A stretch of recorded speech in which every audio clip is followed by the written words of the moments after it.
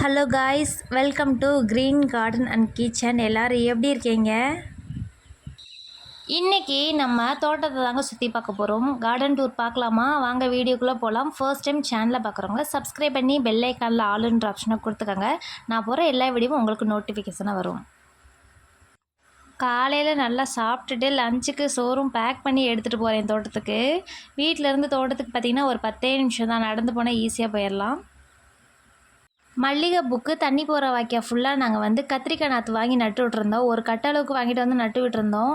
கிட்டத்தட்ட இதில் ஒரு 30 கிலோ அளவுக்கு அறுவடை பண்ணி சாப்பிட்டாச்சு. எங்களுக்கு கத்திரிக்காய் சாப்பிட்டு சாப்பிட்டு ரொம்ப போர் அடிச்சிருச்சு.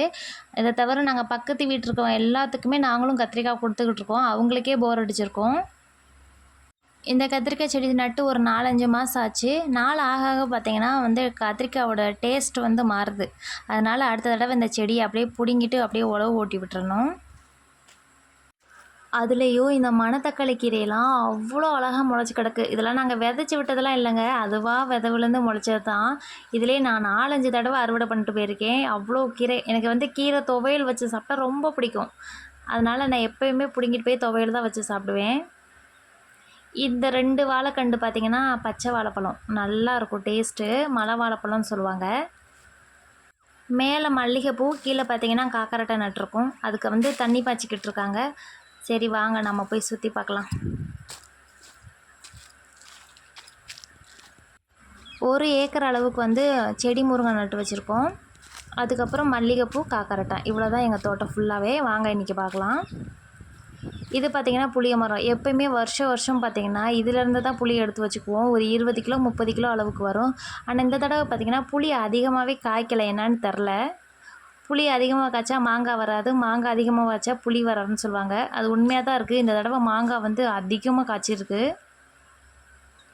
புளிய மரத்து நிழல்லையும் முருங்கை விதை எக்ஸ்ட்ரா இருக்குன்னு சொல்லிட்டு நட்டு விட்டுட்டோம். அதில் ஃபுல்லாக பார்த்திங்கன்னா காயே இல்லை. ஒரு 2 ரோவுக்கு பார்த்திங்கன்னா காயே இல்லை. எங்கேயாவது இந்த மாதிரி பிஞ்சு இருக்குது. அதிகமாக பூ வைக்கலை, காய் வைக்கலை. சரி வேஸ்ட்டாக தானே போகுது அப்படின்னு சொல்லிட்டு நட்டு விட்டுட்டோம். வர்றது வரட்டும். ஒரு சில இடத்துலலாம் பார்த்திங்கன்னா பூ நல்லாவே வச்சுருந்துச்சு. எவ்வளோ தான் முருங்கைக்காயை நம்ம பார்த்து பார்த்து ஒடித்தாலும் ஒவ்வொரு காய் இந்த மாதிரி முத்தி போயிருங்க. எவ்வளோ பெருசாக முத்தி போச்சுன்னு பாருங்கள். ஃபஸ்ட்டு ஒரு தடவை ஒடிச்சிட்டு வந்ததுக்கப்புறமா இன்னொரு தடவை பார்த்திங்கன்னா தேடி போவோம். அதுலேயும் இந்த காய் கண்ணுக்கு சிக்கலை. எவ்வளோ தடிமன் ஆயிடுச்சுன்னு பாருங்கள். இதை அப்படியே நம்ம விதைக்கு எடுத்து வச்சுக்கலாம். ஒவ்வொரு காய் தப்பு காய் இருக்குல்ல, அது நல்லா முத்தினோடனே நம்ம விதைக்கு எடுத்து வச்சுக்கலாம். அது யூஸ் ஆகிக்கும். முருங்கைக்காய் விலையெல்லாம் பார்த்திங்கன்னா 2000 ரூபாங்க கிலோ. அதுக்கு நம்ம இந்த மாதிரி முத்தின காயெல்லாம் நம்ம எடுத்து வச்சுக்கிட்டோம்னா விதை காய்க்கும். இது 2 செவ்வாழை. அடுத்து பார்த்திங்கன்னா சப்போட்டா. நம்மக்கிட்ட பார்த்திங்கன்னா ஒரு 50 சப்போட்டா மரத்துக்கிட்ட இருக்கும். அதில் ஃபுல்லாக இந்த தடவை காய் பிஞ்சு நிறைய வச்சுருக்குங்க.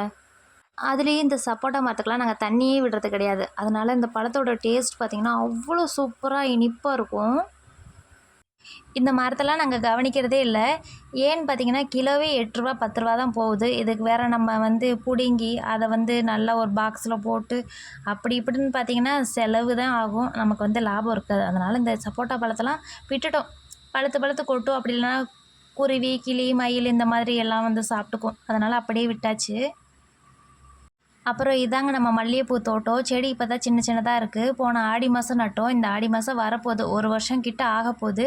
செடி இந்த அளவுக்கு தான் பெருசாக ஆகிருக்கு. ஒரு நாளைக்கு பார்த்திங்கன்னா ஒரு 200 பூ இந்த அளவுக்கு தான் இப்போ வந்துக்கிட்டு இருக்கு. இனி அடுத்த வருஷம்லாம் நிறைய பூ வர ஆரம்பிச்சிரும். செடிக்கு பார்த்திங்கன்னா நாங்கள் களைக்கொல்லி மருந்து அடித்தோம். பொதுவாக யாருமே மல்லிகைப்பூக்கு களைக்கொல்லி அடிக்க மாட்டாங்க. ஏன்னா மல்லிகைப்பூ செடியும் போயிடும். அதனால் நாங்கள் சாக்கு இருக்குது பார்த்திங்களா, அதை மேலே போட்டுவிட்டு அதுக்கப்புறம் களைக்கொல்லி மருந்து அடித்தோம். அதனால தான் மல்லிகைப்பூ செடிக்கு எந்த பாதிப்புமே இல்லை. ஓரளவுக்கு பார்த்திங்கன்னா களைக்கொல்லி அடித்தனால சைடில் உள்ள எல்லா இதுவுமே காஞ்சிருச்சு, புல் எல்லாமே. இது பார்த்திங்கன்னா ஃபுல்லாகவே வாய்க்கால் ஃபுல்லாக தேக்க மரமாக இருக்கும். அதுக்கப்புறம் கொஞ்சம் பழச்செடிகள்லாம் நட்டு விட்டுருந்தோம் தண்ணி போகிற வாய்க்கால். கொய்யாப்பழம், இந்த மிளகு தக்காளி கீரையில் எவ்வளோ அழகாக ஃப்ரெஷ்ஷாக முளைச்சிருக்குன்னு பாருங்கள். என் ஹஸ்பண்ட் இந்த தாய்வான் கொய்யா இருக்குது பார்த்திங்களா, அதை ஆசையாக வாங்கி நட்டு விட்ருக்காரு. வளருமா என்னான்னு தெரில. இது பார்த்திங்கன்னா மாதுளம்பழம். இது இதுவும் நர்சரியில் தான் வாங்கிட்டு வந்தது. இதுதான் தாய்வான் கொய்யா. பார்க்கலாம் எப்படி வருதுன்னு. இது ஒரு வெரைட்டி.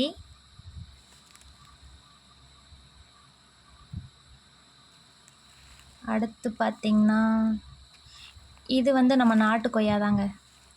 இது வீட்டிலேயே விதை விழுந்து முளைச்சது. அதை எடுத்துகிட்டு வந்து இங்கே நட்டு வச்சுருக்கோம். இது வந்து இந்த சீத்தாப்பழம் இது. இதெல்லாம் வந்து அடுத்த வருஷத்துக்கு அறுவடைக்கு வந்துடும். இது ஒரு கொய்யா. அதிகமாக எனக்கெல்லாம் கொய்யாப்பழம் தான் பிடிக்கும். ஃபுல்லாக வந்து கொய்யாப்பழமாக தான் இருக்கும். இது என்ன செடின்னு தெரிஞ்சால் கமெண்ட்டில் சொல்லுங்கள். இந்த பூ எவ்வளோ அழகாக இருக்குன்னு பாருங்கள். கீரையை பாருங்கள். ஒரு தடவை வந்தால் போதுங்க, வீட்டுக்கு தேவையான எல்லாமே இங்கே இருக்கும். கீரை, காய்கறி எல்லாமே நட்டு வச்சுருப்போம். இது வந்து சின்ன நெல்லிக்காய், அரைநெல்லிக்காய்ன்னு சொல்லுவாங்கள்ல அது. தோட்டத்துக்கு வருது எனக்கு சந்தோஷமும் இல்லையாங்க, இவனுக்கு அவ்வளோ சந்தோஷமாயிடும். இது ஒரு நாட்டு கொய்யா தாங்க. இது ஒரு வெரைட்டி. பக்கத்தில் பார்த்தீங்கன்னா எலுமிச்சம்பழம் இருக்கும். அது காயும் காய்க்கல, பூவும் வைக்கல, ரொம்ப நாளாக அப்படியே தான் இருக்குது. என்னான்னு தெரில. ஏதாவது ஐடியா இருந்தால் சொல்லுங்கள், அதை ஃபாலோ பண்ணுறேன்.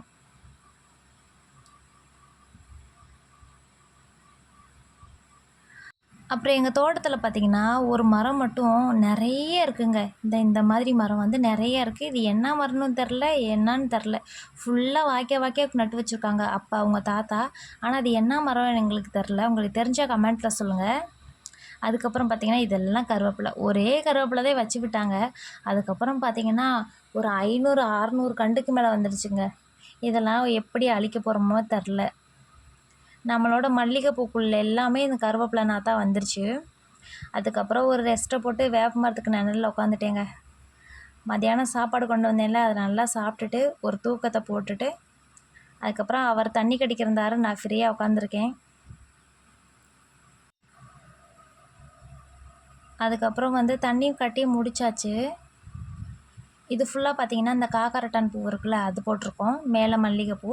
அதுக்கப்புறம் பார்த்திங்கன்னா ஒரு ஏக்கர் அளவுக்கு செடி முருங்கை நட்டிருக்கோம். இது எல்லாமே பச்சை வாழை தாங்க.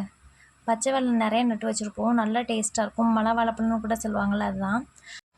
கொஞ்சமாக கீரை பறிச்சுட்டு வீட்டுக்கு கிளம்பியாச்சு. அடுத்த வீடியோவில் பார்க்கலாம். பாய்.